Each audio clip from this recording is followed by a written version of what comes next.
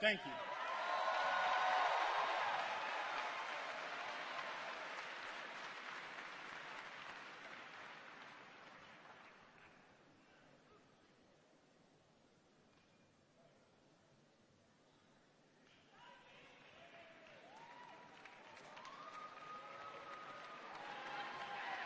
Atlanta, Georgia, what's going on? Make some noise, man. Make some noise in this place.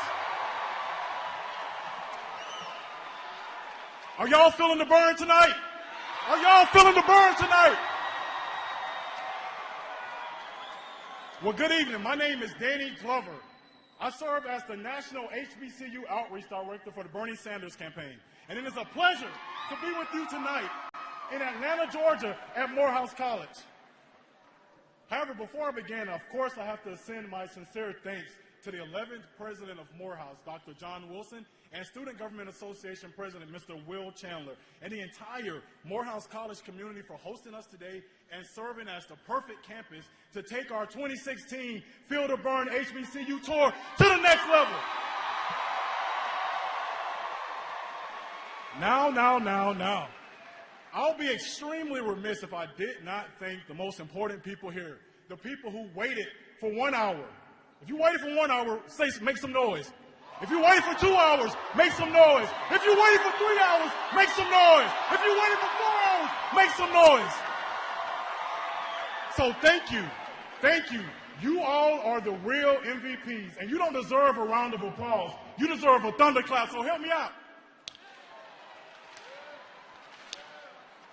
See, we're changing the game with this HBCU tour. All right, so let's get to the purpose of this program. Now, over the past weeks, we've made stops at HBCUs across the country to engage students on the policies and platform of Senator Bernie Sanders and why he is the best choice for President of the United States of America. Now, know this, Morehouse College. Know this, Clark Atlanta University. Know this, Spelman College. Today, you join our campaign in making history. For the first time on the presidential campaign trail, a candidate is embracing the importance of America's 105 HBCUs enough to bring his message directly to our campuses. And you know what happens? You know what happens when we get to those campuses? We have deep conversations about why income inequality is the great moral issue of our time, about why attending college should be free. Let me repeat that, about why attending college should be free for everybody. And lastly, we also have conversations about why criminal justice is the great civil rights battle of our time. Now, these are issues that I know every person, yeah, you can clap for that one. Now, these are issues that I know every person in this room, every person in this community has dealt with in some form or another. And as millennials, as students of color, as students of the AUC, as our nation's future leaders, no generation is more important to this election than you are. Your voices. Your voices. Your votes, your visions, they all matter. And because they matter, we're here. It's hard for me not to drop my head in disappointment in some of our leaders' lack of belief in our ability to accomplish big goals. Quickly, let's take a walk down memory lane. When Nat Turner, Frederick Douglass, Sojourner Truth were told, no, slavery will not end in this country, what did they do? They organized, they fought, they remained vigilant, they won. When Dr. King, Julian Barnes, Fannie Lou Hamer, and yes, Congressman John Lewis were told, no, there will be no overcoming today, what did they do? They fought, they remained vigilant, they organized, they won. And when the country, and when our ancestors said we would never have an African-American president, what did we do? We fought, we remained vigilant, we organized, we won. And I know you, just like myself, are proud to tell our ancestors, even as they watch down on us from heaven, that his name is Mr. Barack Hussein Obama. So don't let the pundits tell you, don't let the political establishment tell us Senator Sanders' plan is too radical, it's unrealistic, to think that we can offer free college education. It's unrealistic to think we can reform this broken criminal justice system that disproportionately affects black boys, black girls. My friends, you tell them, we've done so much with so little. And as my grandmother always told me, anything worth having is worth working hard for. So Atlanta, Georgia, this political revolution, our political revolution is now. So while this turn up today is very real and very authentic, let's not lose sight of the work to be done. There are plenty of opportunities to get involved today, to make your voices heard, to make this community, this state, these United States of America, feel the burn. Let me hear you. Feel the burn. Feel the burn. Feel the burn. Feel the burn. Thank you.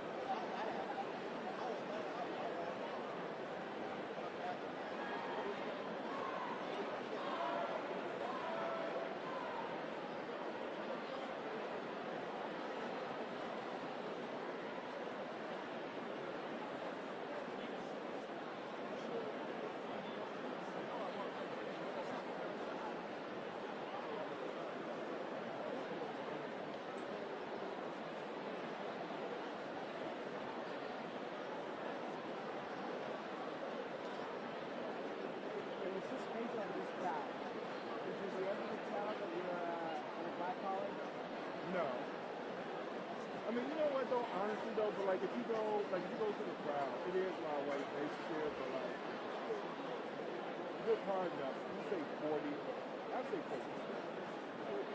40 black? 40. That's fair. I would say that. So look over like around there. It's mostly white, without a doubt, especially if you look up there, right? It's white up there. Alright. But then you go over here, you got black people over there, then you gotta look over there. I'll say about 40. But yeah, to answer your question, no. I wouldn't.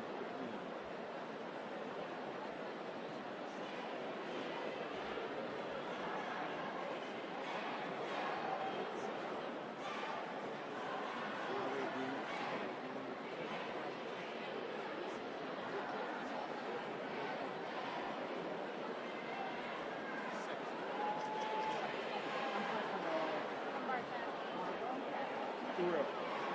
Yeah, I'm with Fusion. You're with Fusion? Yeah. With W. Okay.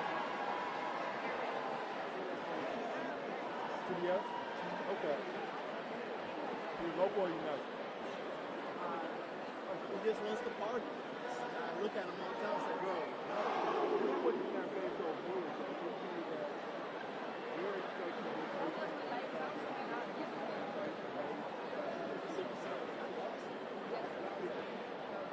That was like I really into it.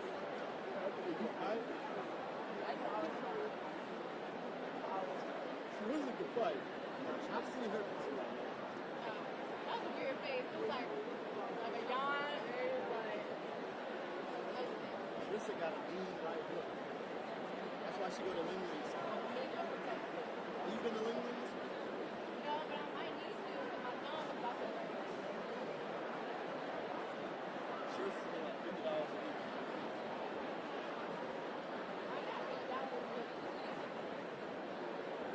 How much does it cost for a whole meal?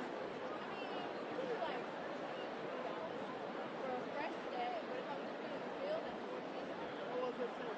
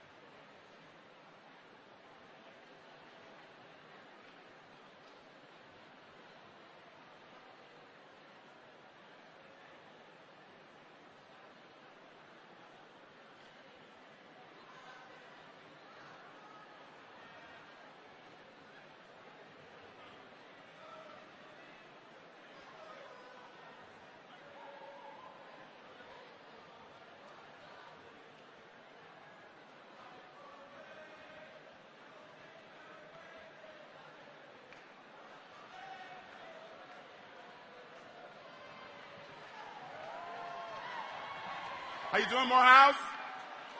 What? How you doing? That's better. You ready? All right, we're going to get the program going in just one more second.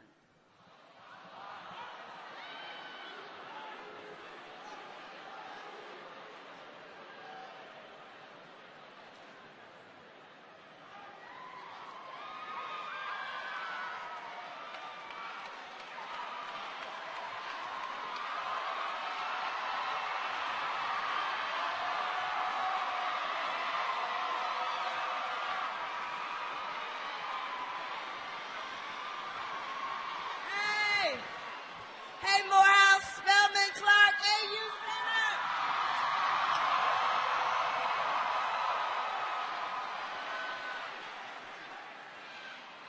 Oh, yes, you make me proud. I graduated from 2 HBCUs, Mission College and Hillman College.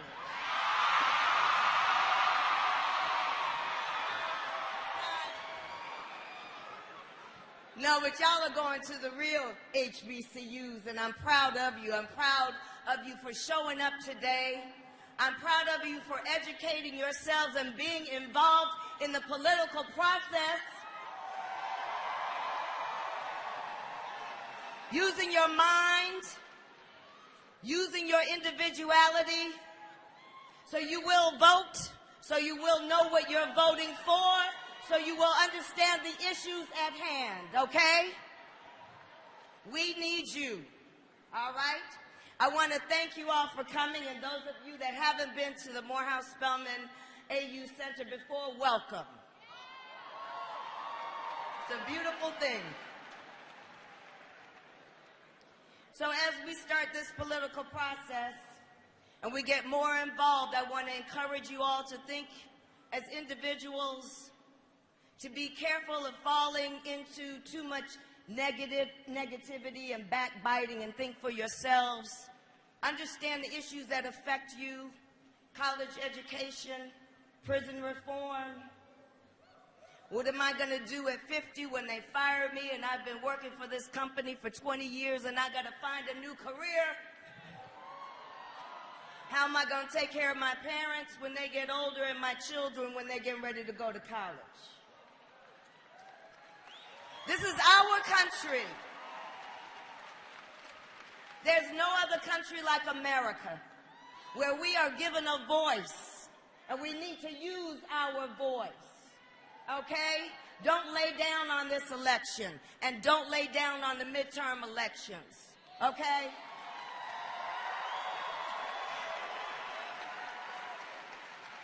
Wow, I have never seen this many people at Morehouse. Yeah! I want you to put your hands together for an activist, a rapper, a man that speaks his truth, a man that gives the voice to the voiceless, Mr. Michael Render, Killer Mike.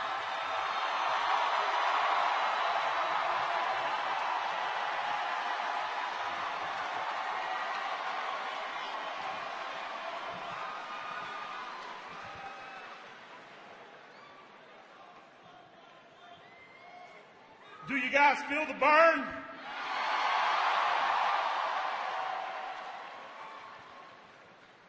I know my white people in the audience, y'all here for a reason, so I know y'all feel the burn. I know my brothers and sisters, and rightfully so, they got some convincing to do. So I'm not here to pander for a politician. I'm not here to convince you the white messiah is coming out of the sky to save you. I don't even know if white Jesus is real.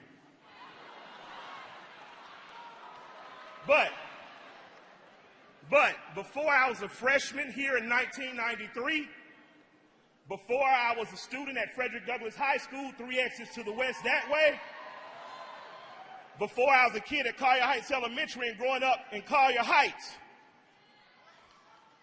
I was destined to be a black man born in America. And that ain't always an easy job. It's not always an easy task. So forgive me if I'm not talking about everybody right now, but I want to help you understand the plight of a black man in America.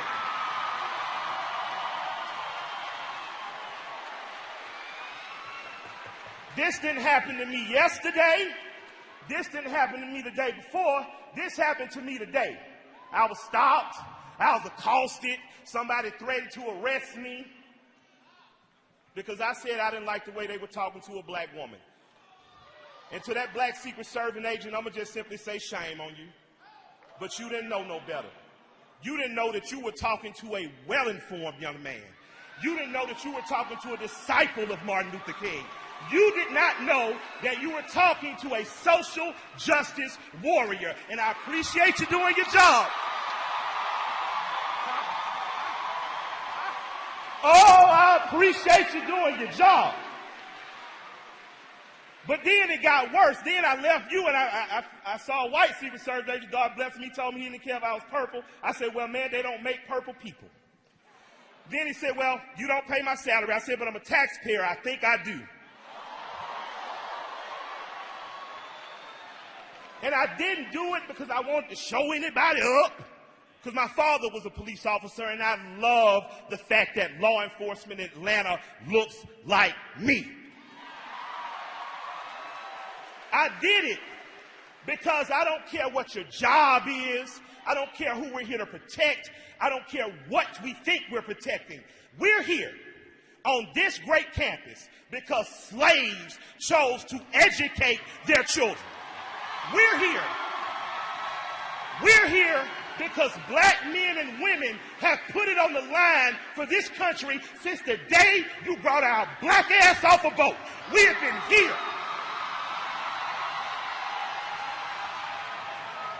So I don't know what kind of disruption they were afraid was going to happen, but the disruptor is here. And I'm here to tell black people, if you give your vote, God damn it, demand something. So I don't care if you decided to go another way because you got a little uncomfortable. I don't care if you're secretly here with another agenda. I want to simply say, unlike a lot of people that are going to talk to you, I have been personally mentored, and you can Google these names, by Reverend James Orange, the Reverend Joseph Lowry, Andrew Young, Alice Johnson, and even the good Representative John Lewis. So you can't tell me nothing about what I know. And this is what I know.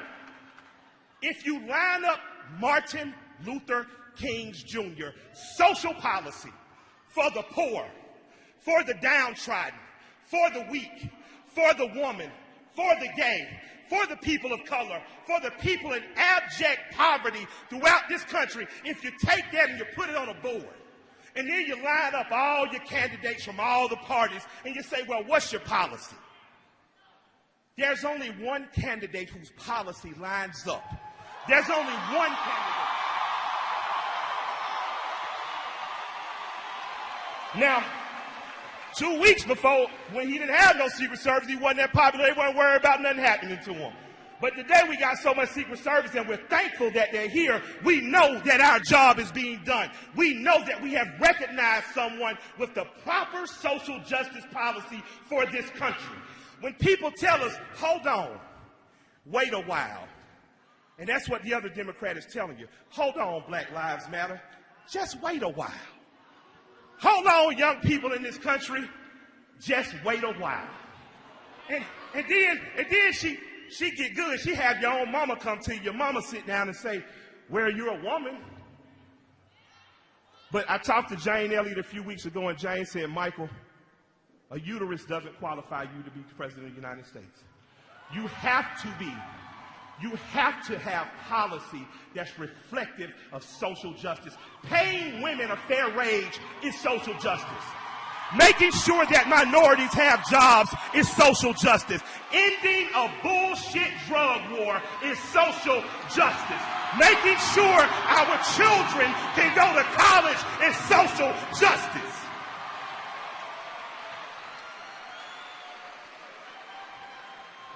When I sat with Senator Sanders at a restaurant not far from here, a bunch of people went online and, he took them to a soul food restaurant.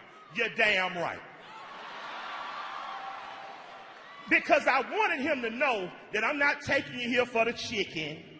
I didn't bring you for the collards. I wanted you to sit where Martin Andy, Ralph, John, Hosea. I want you to sit where they sat. So before I endorse you, you understand what I expect of you. I expect for you to look out for the African American community.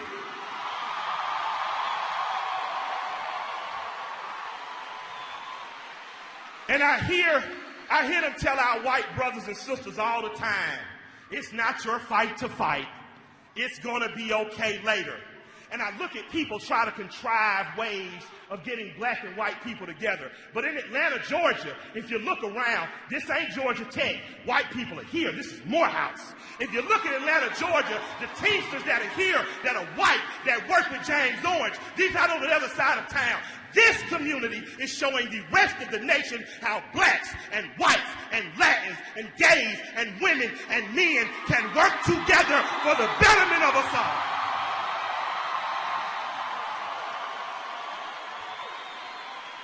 And I say all that to say, once you have a policy that fits like all the fantasy they've always told you of liberation, of all of us overcoming, once you have a policy, it's time to look at everyone else and say, I like your dress and I like your hair, Donald Trump, but enough is enough for me.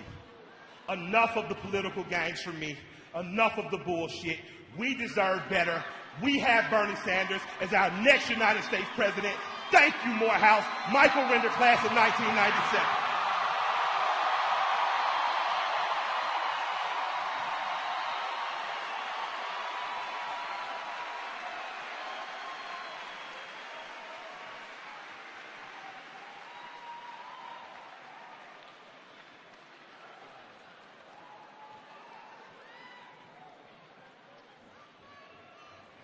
Well, Morehouse, I'm going to go ahead and tell y'all I'm not as crunk as Killer Mike is.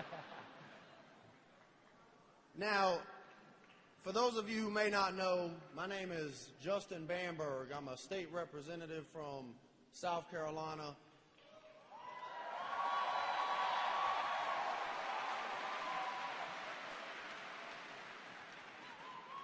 And I'm also one of the lawyers that represented the family of Walter Scott.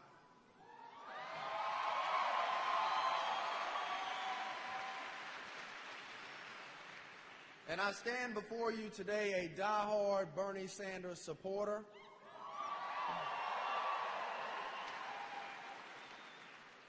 But the fact of the matter is I wasn't always that way. You see, at the end of last year, I came out and I endorsed publicly Miss Clinton.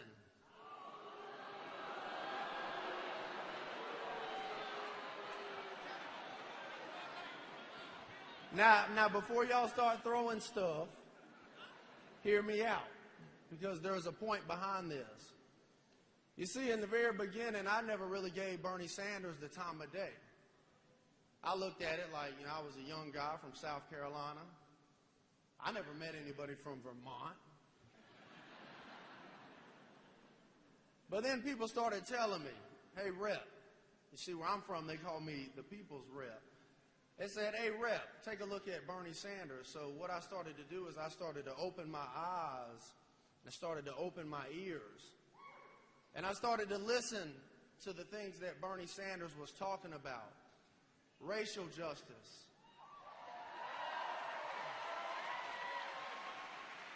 Social justice. And economic justice. And one of the things that I noticed about Bernie Sanders that I really loved is that I noticed that he wasn't just saying these things as a candidate running for president. These are things that he had been saying for years and years and years and years and years.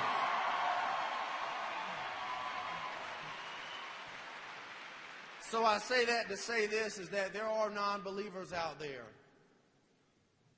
It was once said that if you control a man's thoughts, you need not concern yourself with his actions.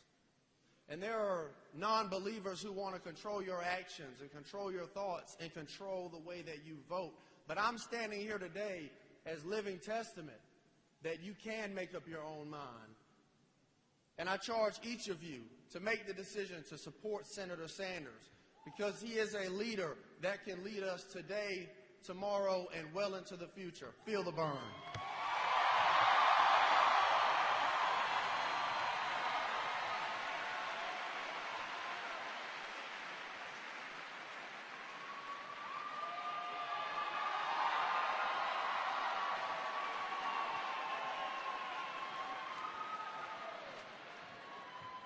ATL, how you doing? I'm Senator Nina Turner from the great state of Ohio, but glad to be in the ATL tonight. I want to thank my colleague, Representative Bamberg. I want to thank Killer Mike for laying it down because when he said the struggle is real, I faced the same struggle walking into this place tonight. But what we do know is this, that Senator Bernie Sanders is a public servant for our time, that he is a drum major for justice, and that our mission is so high we can't get over it, and our mission is so low we can't get under it, and our mission is so wide we can't get around it. So when Senator Sanders talks about working for universal health care in this country, we say amen. When Senator Sanders talks about universal college in this country, we say amen. When Senator Sanders talks about a racial justice platform that deals with the 5 violences against black and brown folks in this country, physical, political, economic, environmental, and legal, we say amen. And when Senator Sanders says, say her name, Sandra Bland, we say amen. And when Senator Sanders stands up for the poor black and white folks in Flint, Michigan, we say amen. So family, I'm going to just say this to you, just for 1 minute, just for one little minute. My support of Senator Sanders is personal. I am the oldest of 7 children, and my mother died at the young age of 42 years old with her dreams deferred. And she never lived to see her eldest daughter walk across anybody's stage and earn degrees and sworn into offices. Not only did she die at the age of 42 years old, she died on the system of welfare, no life insurance policy, and no money in the bank. So family, when I juxtaposition my life against what Senator Bernie Sanders is standing for, there was no doubt in my mind who I had to ultimately support. When he says enough is enough is enough. That's what this is about. This is about lifting poor people and the downtrodden people in this country. You know, earlier today I asked Senator Sanders, because another candidate is calling him a one-issue candidate, and I said, Killer Mike, what do you think about him being called a one-issue candidate? Killer Mike said, oh, he is a one-issue candidate, and you are the issue, the people of the United States of America. And we ain't gonna keep taking this. But can I ask for everybody in this room for just one moment, because I know it's Black History Month, and it's popular for folks to go into the black community talking about what they're going to do for black folks when they had the opportunity to do something, they didn't do a damn thing. But lock us up. But everybody in this room tonight, you are African American. Just for 1 minute, I want you to follow me on this. And I want you to know this, black folks, that you are nobody's firewall. That we built this country. The sweat and the tears of black folks built this country, and we ain't nobody's firewall. That you gotta earn our vote. You don't own our vote. You gotta earn our vote. You don't own our vote. You gotta earn our vote. You don't own our vote. We ain't nobody's firewall.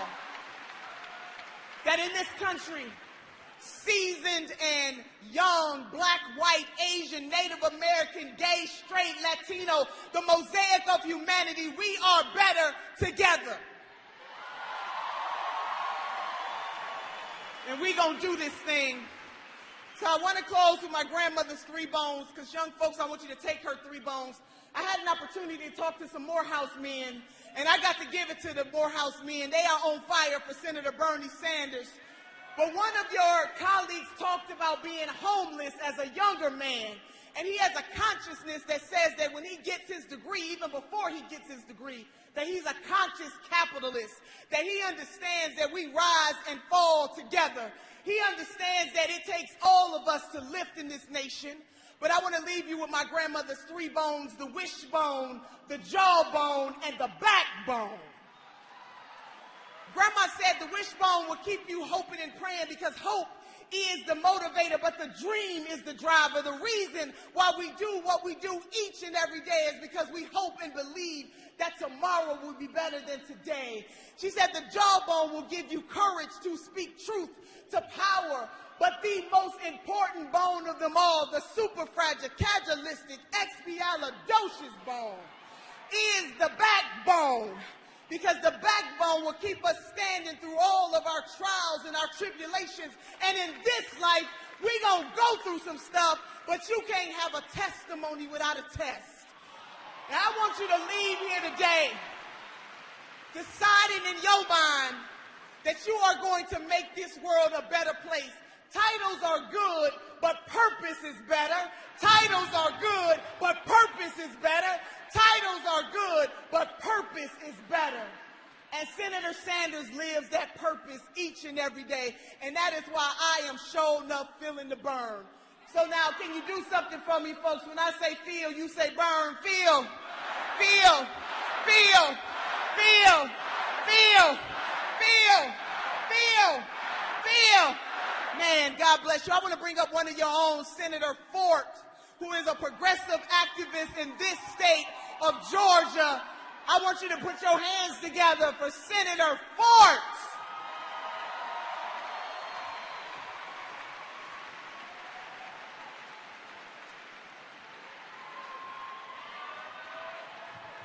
Hello, Atlanta. It's good to be with you. I'm Senator Vincent Fort.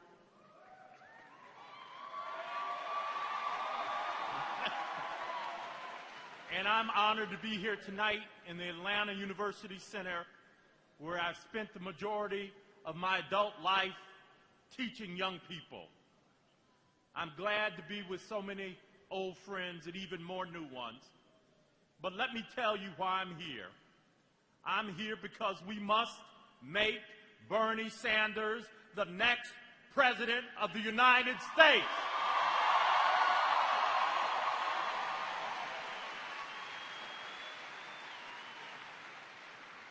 A few months ago, I announced that I was supporting the other Democrat in the race. And I'm not here, listen, I'm not here to criticize her. Secretary Clinton and President Clinton have been fine public servants for our nation.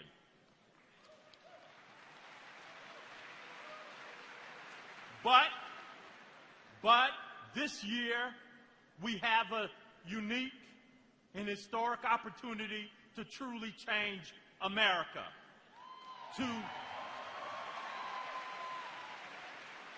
We have an opportunity to transform America, and we must seize that opportunity. As I've watched Bernie Sanders, listened to his ideas, and learned about his work in Congress as mayor of Burlington, and yes, as an activist, including his time in the civil rights movement in the 1960s.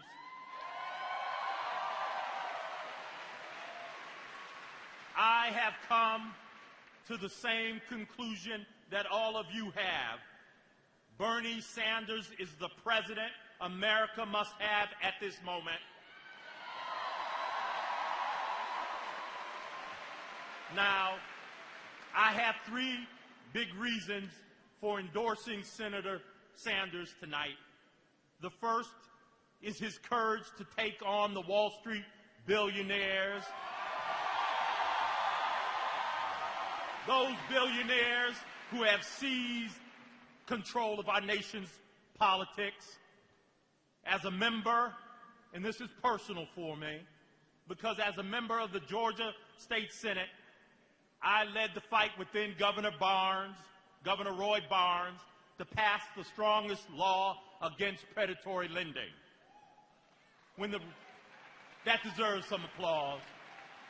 But when the Republicans took over, Wall Street came to town. And one of the first things the Republicans did was repeal that law. We now know that had that law stayed in place, my brothers and sisters, and if we had such a law nationally, we could have stopped a lot of the Wall Street wrongdoing that cost so many hardworking Americans their jobs and their homes. As a presidential candidate, Bernie Sanders has turned down Wall Street's cash and taken on Wall Street billionaires. As president, we know he'll do what needs to be done. President Sanders will break up the big banks so we don't let Wall Street create another crisis, so that they don't create another crisis where the bankers get bailed out and the regular people get thrown out of their jobs and their homes. We also know, and this is very important, that a Sanders Justice Department will be brave enough to hold the bankers accountable when they break the law.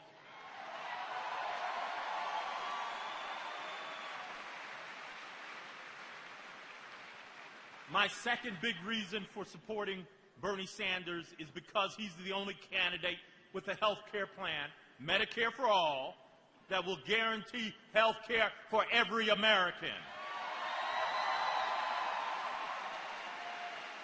Now, you might have heard that some people are saying that we can't afford his plan, but we know, the people in this room know, we can't afford not to do it. Here in Georgia, next door in South Carolina, and across the South and the nation, Republican governors have refused to expand Medicaid, leaving millions of working class Americans without health care. Only Bernie Sanders' health care plan solves that problem everywhere in America. When we have Medicare for all, the days will be over when right-wing politicians in Georgia and elsewhere can make a political statement by blocking health care for millions of our fellow citizens.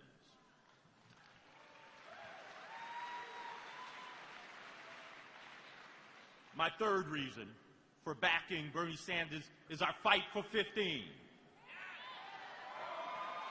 Right now, even as we speak, I'm fighting to raise Georgia's minimum wage to $15 an hour.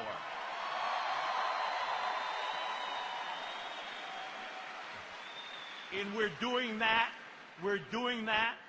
because everyone's job should pay them a wage that lets them support themselves and their families with dignity. Bernie Sanders is the only candidate for president who will join us in that fight and push Congress to raise our national wage to $15 an hour so every working American is paid a real living wage.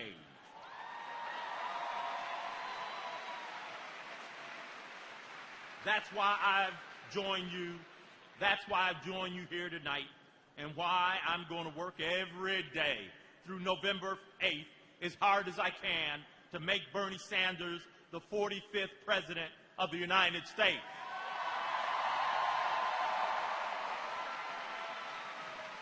Working together, we will make sure that this is more than just a moment. It will be the start of a movement that will transform America and make sure that the nation we love lives up to its promise for everyone. And now, it is my pleasure and honor to introduce you to our next president, Senator Bernie Sanders.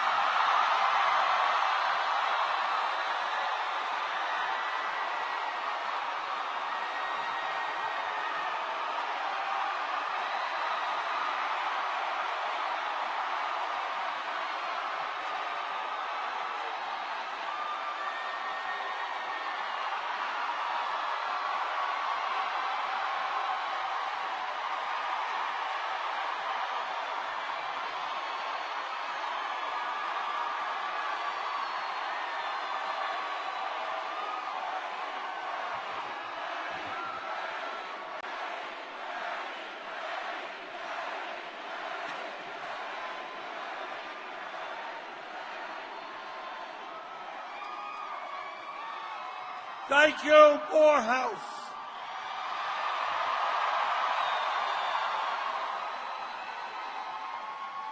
What a turnout, and I appreciate each and every one of you for being here. I want to thank Jasmine Guy and Killer Mike,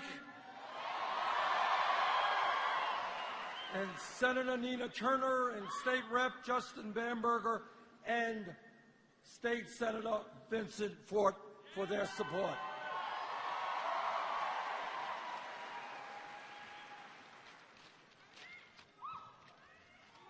We began this campaign 9 months ago, and when we began it, people said, well, Bernie, we like the way you comb your hair. You're kind of a sharp GQ kind of fellow, but you ain't going to go anyplace because your ideas are too radical.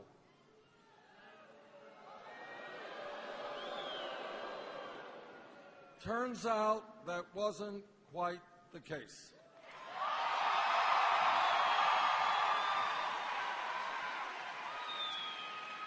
We started this campaign in Iowa 50 points behind. We ended in a virtual tie.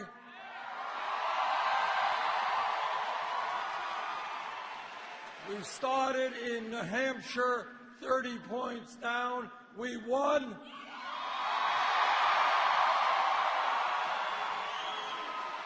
We started in Georgia way, way, way down, and you know what? I think we're going to win right here.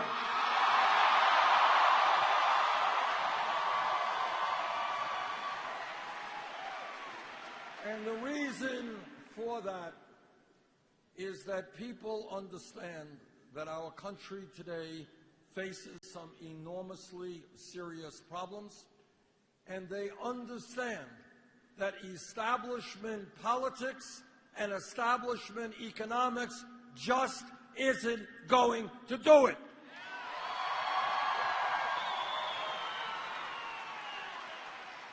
The American people understand some very profound truths, truths that we don't talk about a whole lot. You don't hear it on the media, but that's what this campaign is about, is telling the truth, not hiding major issues underneath the rug.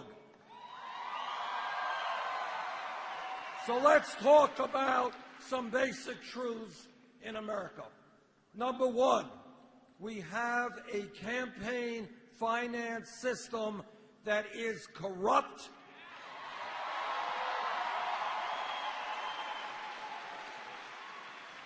and that is undermining American democracy. Billionaires, Wall Street, corporate America are putting huge amounts, unlimited amounts of money into these campaigns. Did I say huge?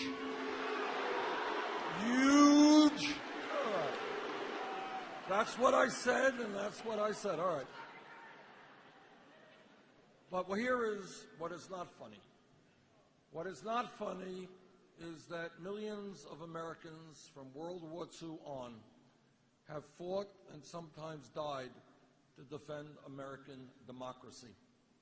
And what we are seeing today is a handful of wealthy families trying to undermine our democracy, doing away with the concept of one person, one vote. They're trying to buy elections. And when you have billionaires buying elections, that's not democracy, that is oligarchy, and together we're going to stop that.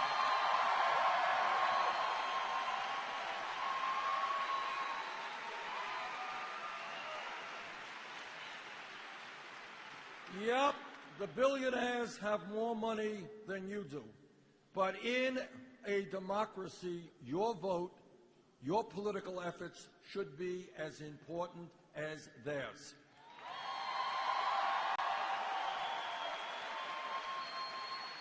And that is why, together, we are going to overturn this disastrous Citizens United Supreme Court decision.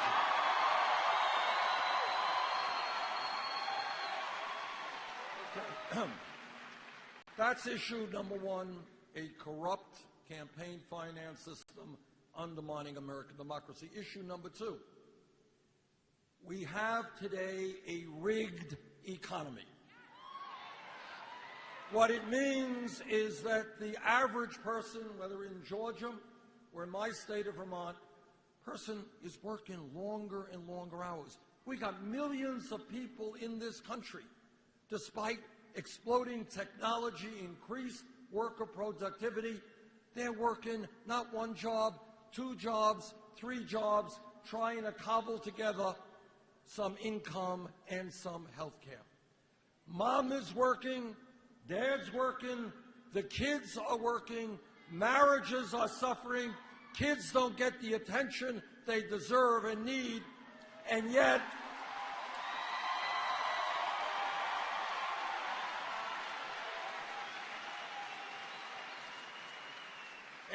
after all of that, 58% of all new income created goes to the top 1%.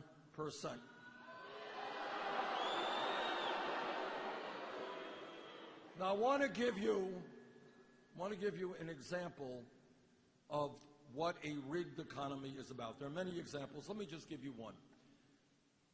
You hear Republican candidates going through Georgia, going through America, and they're very concerned about welfare abuse. You ever hear that?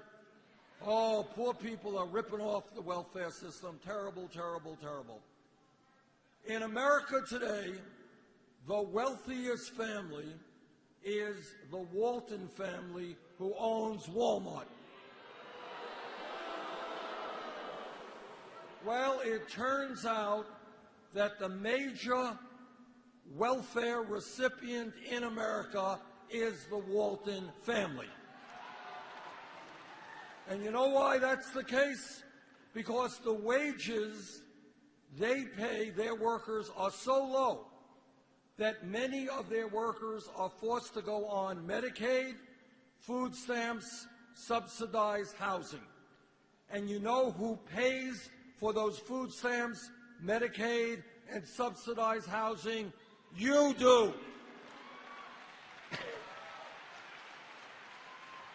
So on behalf of the Walton family, that's worth about $60 billion, I want to thank you. They're very grateful that you are subsidizing their employees.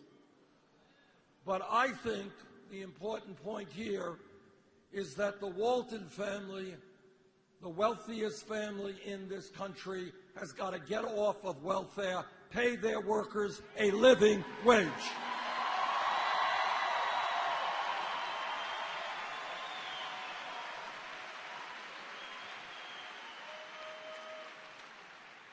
Issue number 3, a broken criminal justice system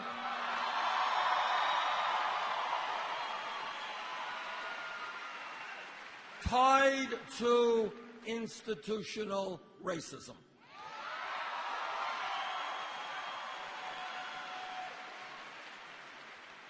Now, I want to say a word on that in several contexts.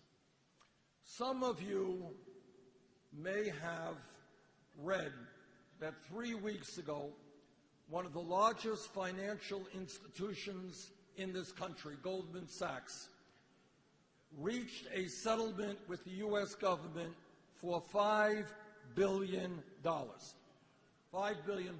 Now, why did they do that? They did that because they were guilty of selling packages of worthless subprime mortgage loans. So they were defrauding the American people, and their efforts, along with other Wall Street institutions, helped drove this economy into the worst economic downturn since the Great Depression. Now, here is my point A about criminal justice. A large Wall Street firm reaches an agreement with the United States government and pays a fine of $5 billion. Today in Georgia or in Vermont, some kid gets picked up for possessing marijuana.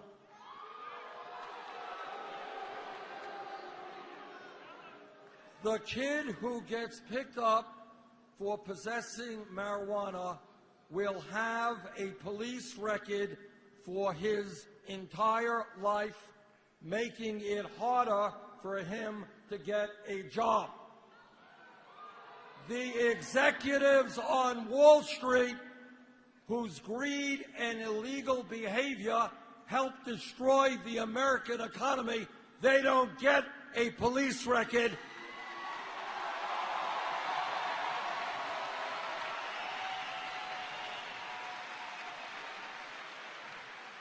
They get an increase in their already huge compensation package. Together, what we have got to do is bring justice back to the criminal justice system.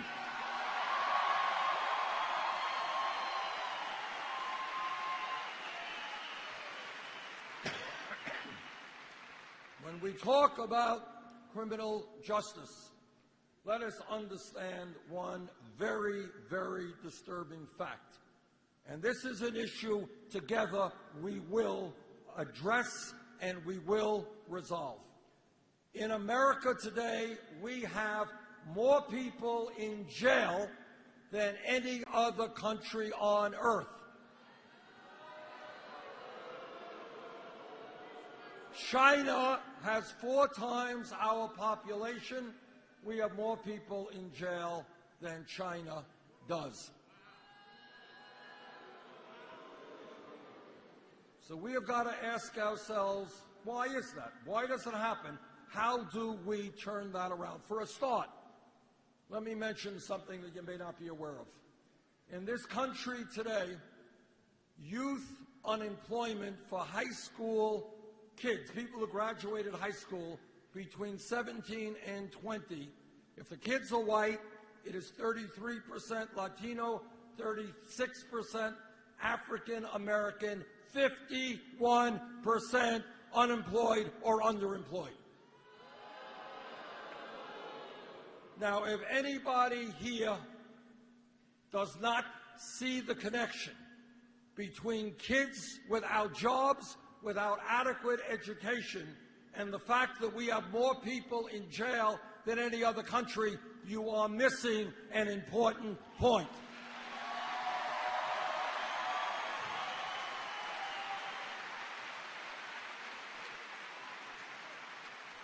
And that is why I believe that we should be investing in education and jobs for our young people.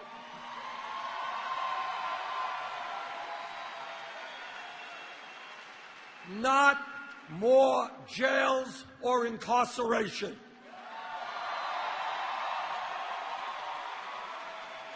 So here's a promise that I make to you. After my first term as president, we will not have more people in jail than any other country.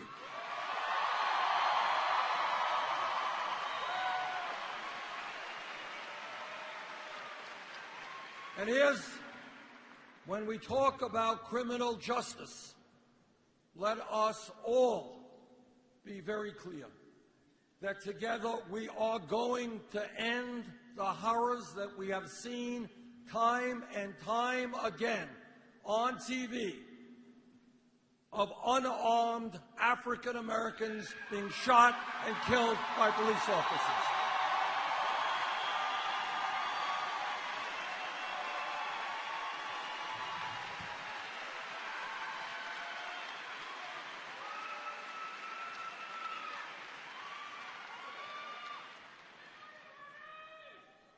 And I want to congratulate Representative Bamberg, who is representing the Walter Scott family in that case in South Carolina, by the way.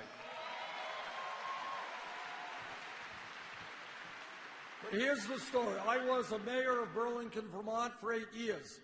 Worked closely with our police department. Most police officers are honest, hardworking, trying to do a very difficult job. It's a hard job. But When a police officer, like any other public official, breaks the law, that officer must be held accountable.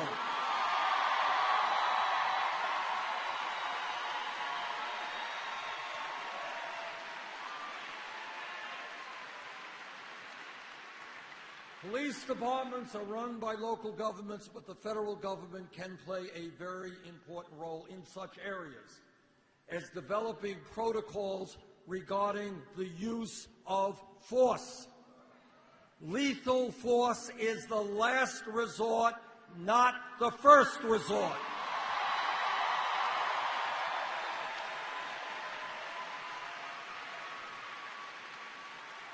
There are ways to deal with somebody who is mentally ill and who has a knife.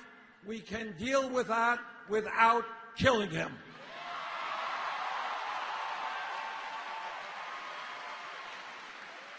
You have seen the same pictures on TV as I have about local police departments that look like they are occupying armies. We have got to demilitarize local police departments.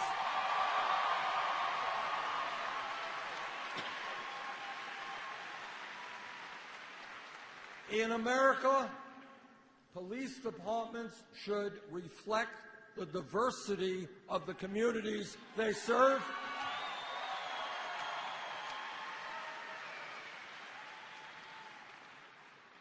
As a nation, we have got to take a very, very hard look at the so-called war on drugs.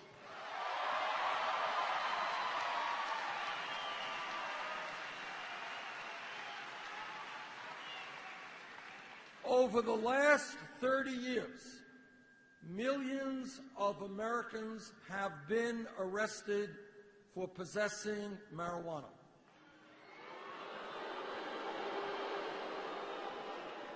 Today, as part of the Federal Controlled Substance Act, marijuana is listed as a Schedule I drug right alongside heroin. Frankly, I think that's pretty crazy. And I've introduced legislation to take marijuana out of the Federal Controlled Substance Act.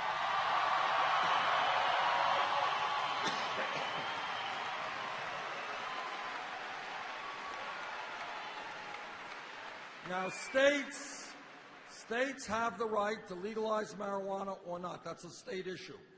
But at the federal level, it should not, possessing marijuana should not be a crime.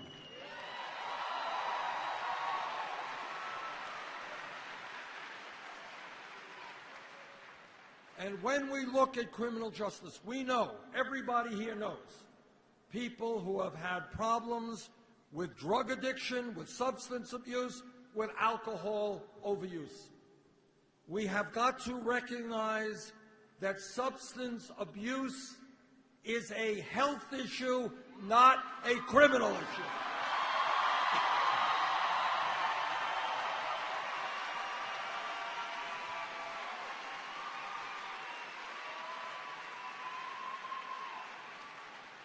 Too often, when charges are made against an individual, judges have no option because there is mandatory minimum sentencing. We have got to do away with that.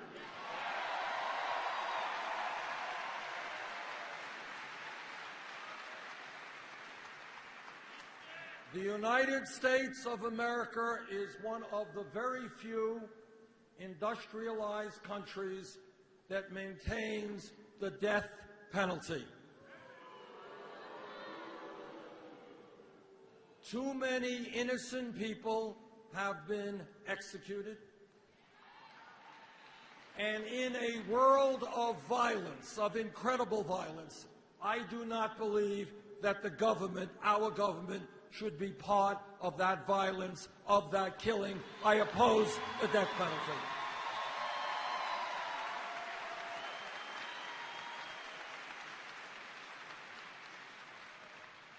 And when people do their time, go to jail, what we have got to do, and we're not doing it now, is make sure they have the education and job skills so that when they get out, they become productive members of society.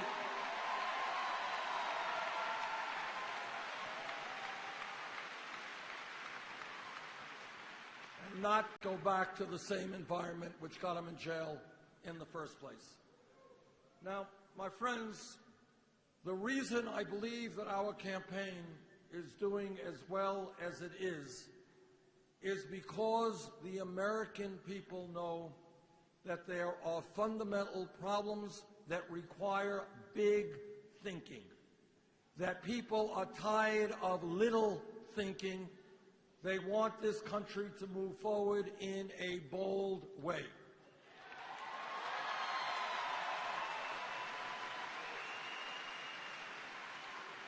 It is not acceptable to me that in today's economy, for example, the top 1/10 of 1% now owns almost as much wealth as the bottom 90%.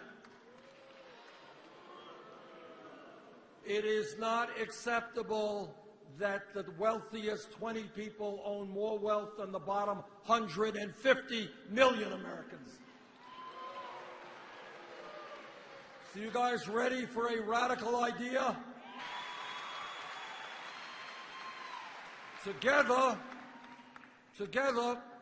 we understand that a $7.25 federal minimum wage is a starvation wage. We're going to raise the minimum wage to a living wage, $15 an hour.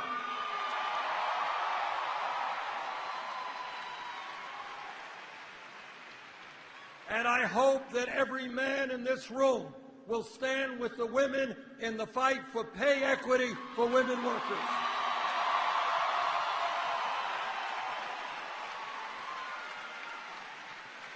It is not acceptable that women on average make 79 cents on the dollar compared to men. African American women make much less than that. We have got to end sexism. We've got to end racism. Equal pay for equal work.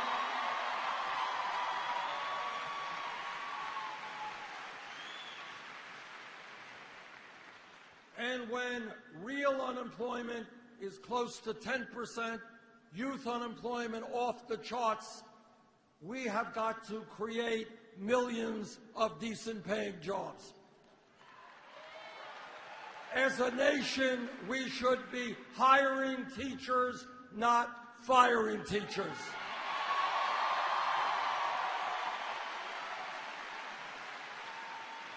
We should be creating an outstanding child care system so when mom and dad go to work, they know their kids have quality, affordable child care.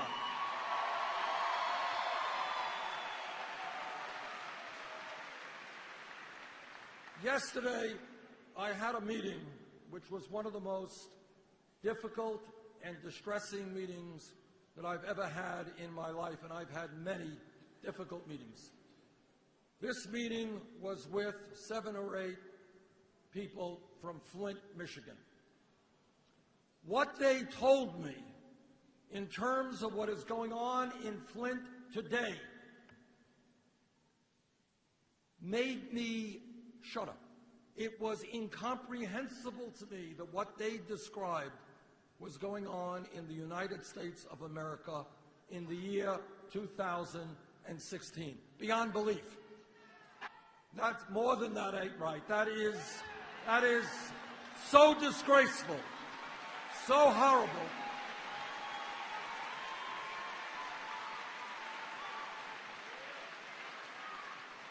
That we are poisoning our children in America in 2016 is beyond comprehension. Now, people tell me, they say, Bernie, you want to invest in the infrastructure. You want to invest in roads and bridges and water systems. It is an expensive proposition. And I say, if we can rebuild infrastructure in Iraq and Afghanistan.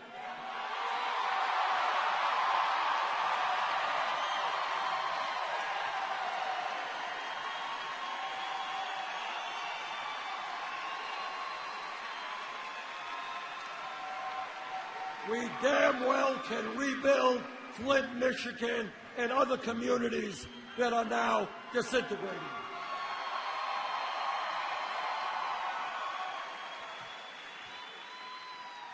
You know, it's a funny thing. I'm in the Senate, so I hear this every day, and people say, you know, got to be careful about how much money. We really can't afford to put that much into Flint. We can't put that much into education, can't put that much into health care.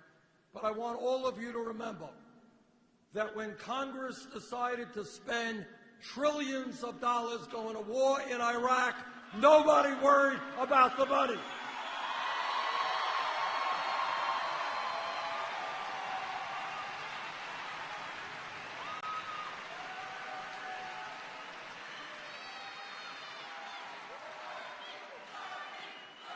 My Republican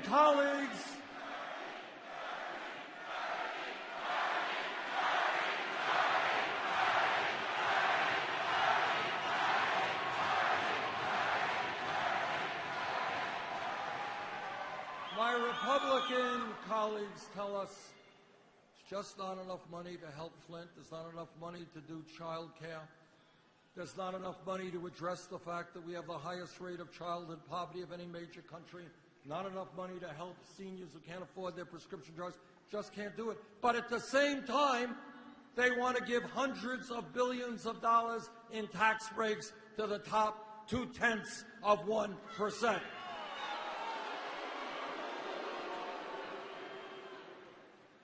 Now, my Republican colleagues, they're running all over this country, and they talk about family values.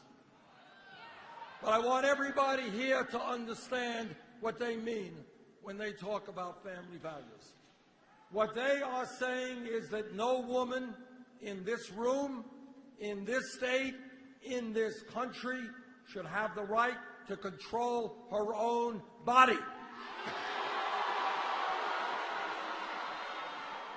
I disagree.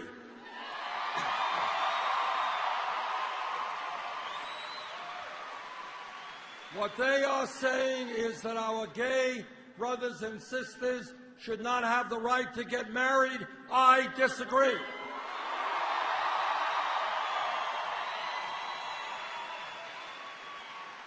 But when I talk about family values, let me tell you what I talk about, and that is ending the international embarrassment of the United States being the only major country on earth not to provide paid family and medical leave. That's a family value.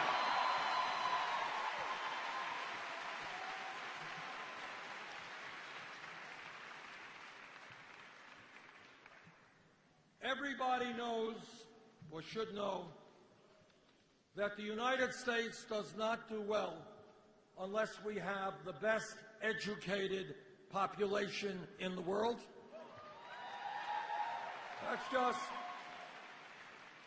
That's just a fact. And right now in America, we have a higher education system that is so expensive that hundreds of thousands of bright young people who have the ability and the desire, they can't get into college because their families lack the money. That is not what America is supposed to be about. And then on top of that, you got another disaster, and that is millions of people who did go to college, left school deeply, deeply in debt. Anybody here with student debt? What kind of debt are we talking about? 40,000? 80? 80? 100? 105. Okay. I mean, about 40, 80, $105,000. Now, I want you to think about it. I want you to think about it for a moment. Just take a deep breath and think about the insanity of what we're talking about. Everybody knows that we need to educate our people as best we can. Why are we punishing millions of people for the crime of getting a higher education?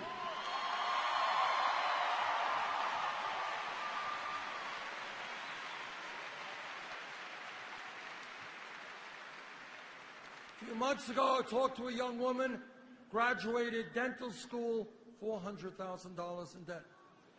Talked to another woman in Vermont, graduated medical school, $300,000 in debt. Talked to a guy in Nevada, listen to this. He took out his student loan 25 years ago. He is more in debt today than he was when he took it out. And he's worried, he's 55, he's worried that when he gets Social Security, they're going to garnish his Social Security to pay his student debt. How crazy is that?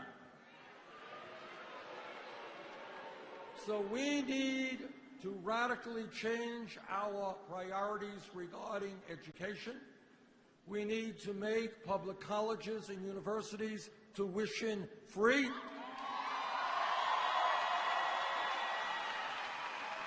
We need to provide substantial help to HBCUs that have done a great job. A great job in educating young African Americans and others. And we need to make certain that people who are paying high interest rates on their student debt can refinance those loans at the lowest interest rates they can find.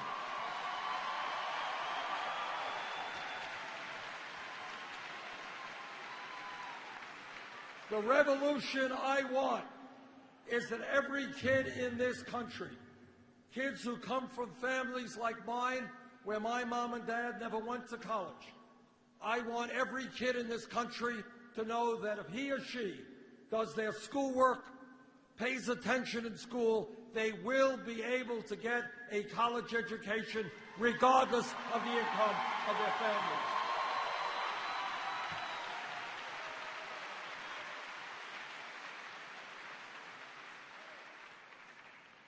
When we talk about our responsibilities as adults, as parents, it is imperative that we leave this planet in a way that is healthy and habitable to our children and our grandchildren.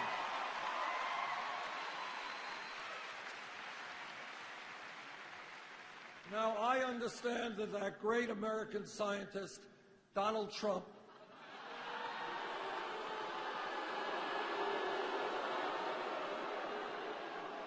see, I know he's a great American scientist because he's the greatest of everything, must be a great, that he has discovered, after years of intensive study, that climate change is a hoax developed by the Chinese.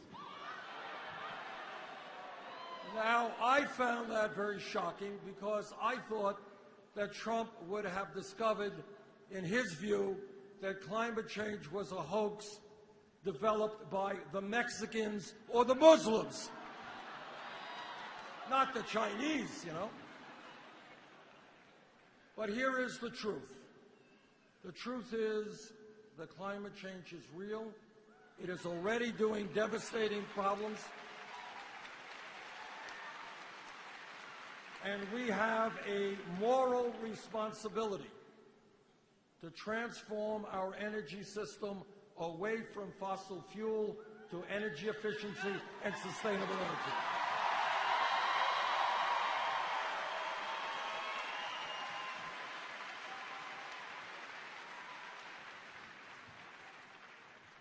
Now, I am criticized every day for one thing or another.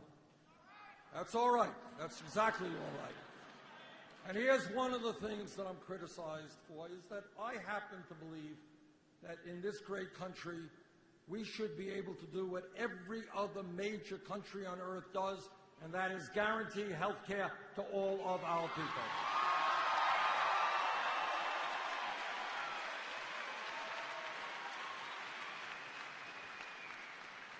I am a member of the committee that wrote the Affordable Care Act. The Affordable Care Act has done a lot of very important things.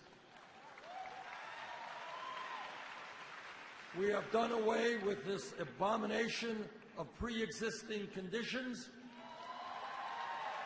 We have extended health insurance to 17 million more Americans. And by the way, I would hope that every governor in this country would have the decency to allow those people eligible to take advantage of Medicaid under the Affordable Care Act.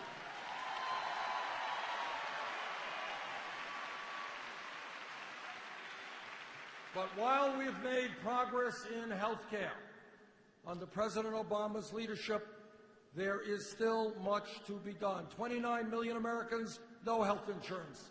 Many of you are underinsured, large deductibles and co-payments. We pay the highest prices in the world for prescription drugs. So I believe, and I plead guilty. Anyone wants to criticize me? Go for it. I plead guilty to believing that health care is a right of all people, not a privilege.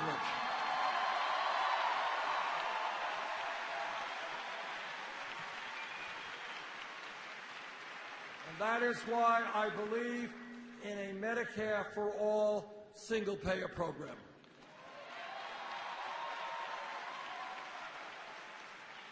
Now, in our country today, we have absurd priorities.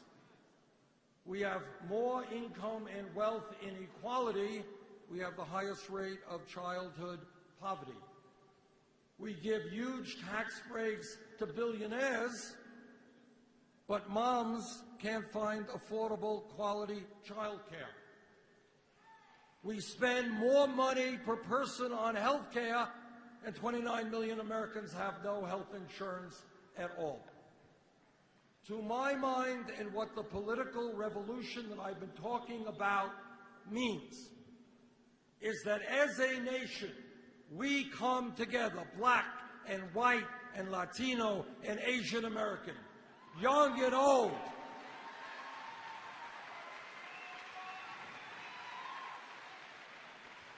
that we not allow the Trumps of the world to divide us up.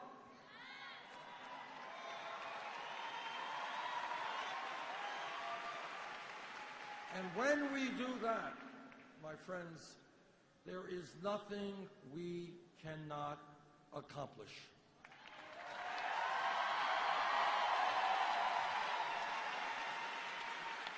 It is not a radical idea to say that every person who wants to and has the ability to get a higher education should be able to do so and not leave school in debt. That's not a radical idea. It is not a radical idea to say that all Americans should have health care as a right. It is not a radical idea to say that if you work 40 hours a week, you should not live in poverty.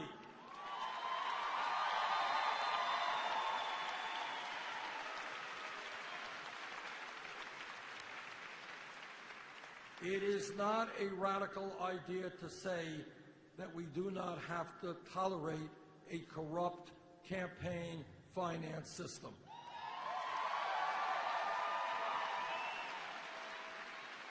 What the political revolution is about is millions of people, many of whom have given up on the political process.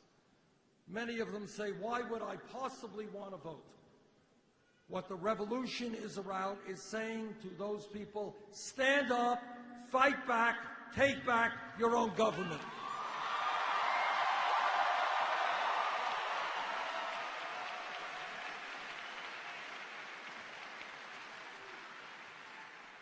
The establishment, politically, economically, is getting very nervous because they're hearing some rumblings at the grassroots. They're hearing people saying, sorry, the status quo is not acceptable. We want real change.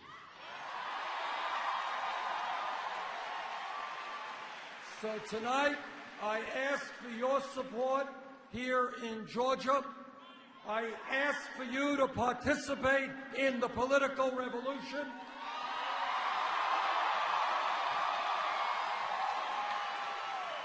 I ask for you to help us create a government that belongs to all of us, not just wealthy campaign contributors.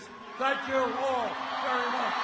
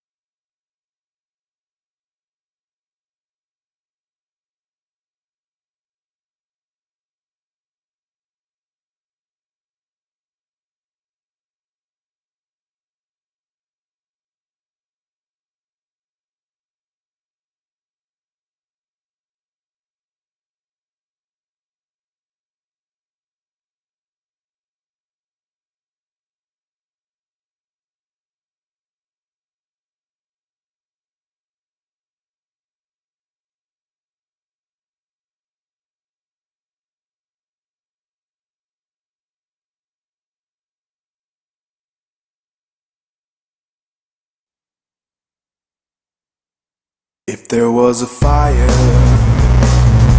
that fire would burn, burn, burn. If there was a fire, that fire would burn, burn, burn. If there was a fire, that fire would burn, burn, burn. If there was a fire, that fire would burn, burn, burn. Burn it to the ground, burn it to the sea, burn it to the sky, burn them to the knee. Can you feel the burn, burn, burn? Can you feel the burn, burn, burn? If there was a fire, that fire would burn, burn, burn. If there was a fire, that fire would burn, burn, burn. If there was a fire, that fire would burn, burn, burn. If there was a fire, that fire would burn.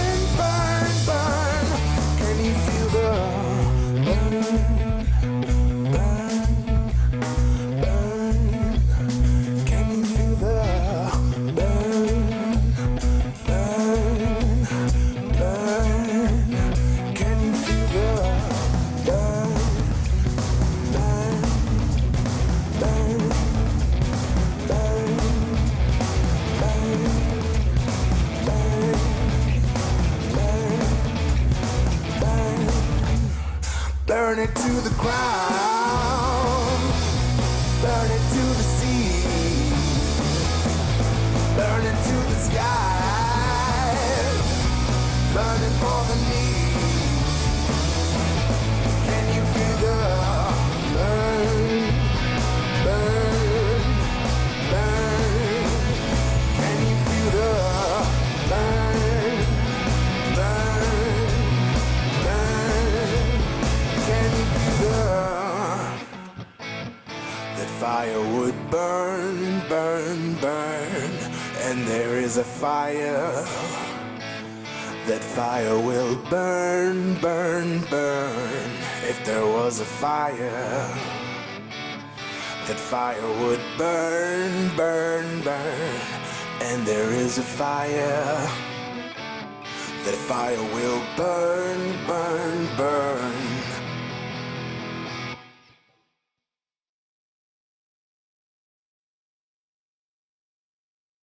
If there was a fire, fire would burn, burn, burn. If there was a fire, that fire would burn, burn, burn. If there was a fire, that fire would burn, burn, burn. If there was a fire, that fire would burn, burn, burn. Burn it to the ground, burn it to the sea, burn it to the sky, burn them to the knee. Can you feel the burn, burn, burn? Can you feel the burn, burn, burn? If there was a fire,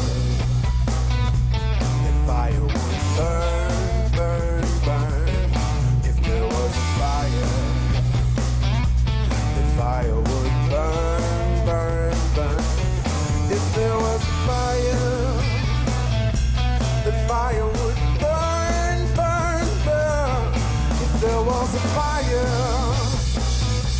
the fire would burn, burn, burn. Can you feel the burn?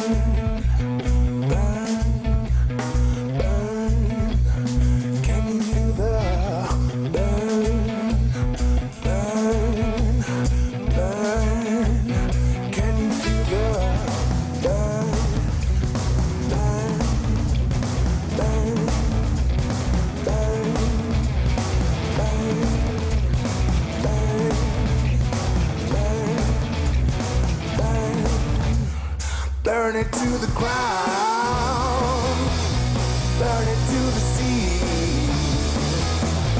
burn it to the sky, burn it for the need.